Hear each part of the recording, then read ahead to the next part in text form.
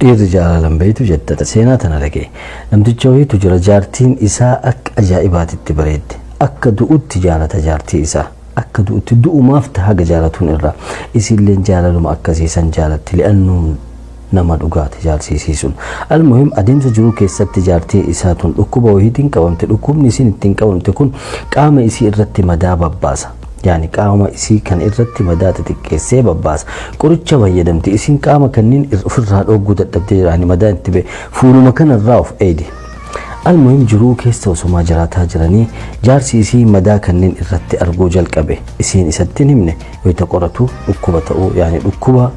دواهن قبل تويسا أرجع دواني ساين قبل السمالي هم بلسو أرجع سنبودا جارسي سيكون كره جيدة ما يعني التلين دهاتو أكيسين نجيك أمني بجتة جاللو ما أكدراني سنجالت أكدراني تكونوسا المهم قفتو كجارسي سي أسو ما هجيدا قلا جرو مكينان غرقلتين سنبودا حاكمي هندي تير رفتة أكمل رفتة جولهن كمان أكمل رفتة فوتي من تنقلتة سنبودا أني جانين أرجو جلين خلاص إجتي أنا أرجو هندندتو هما أرجاهن جلده سنبودا إسين كونونسا أجائبا كونونسون إجال كبده إني جانين أرجو inni jaan argu isiina moo dhukkuba kanaan qabamtee jirti inni illee jaalala akkuma wayita jalqaba jaalatuun sanitti jaalala isii irraa hagana hin hir'ifne waggaa 40 jiraatan guyyaan isii gahee hin duute ergeesiin duute booda gaaf tokko jaarsi isii kun yeroo iddoo taaziyaa namni erga ta'anii boodan wayita namni babbahan jaarsi isii kun ka'ee iddoo taaziyaadhaa gara biraa deemuudhaaf ta'e bakkuma namni taa'u kana bahee kifili biraa seenuu ta'e namoonni fiiganii qabaniin in kuftanii eeggadha maal jenna abboo ani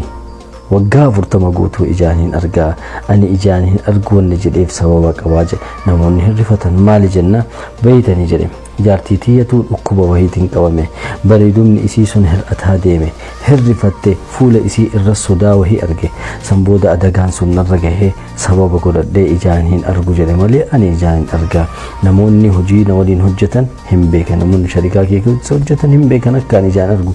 laakiin ani akka jaartiin tiyana hin saalfanneef akka itti hin dhagahamneef jecha waggaa 40 guutuu ijaan hin argu jedhe yaa kunuunsa isii jedhe yaa kunuunsa isii naagoota wayita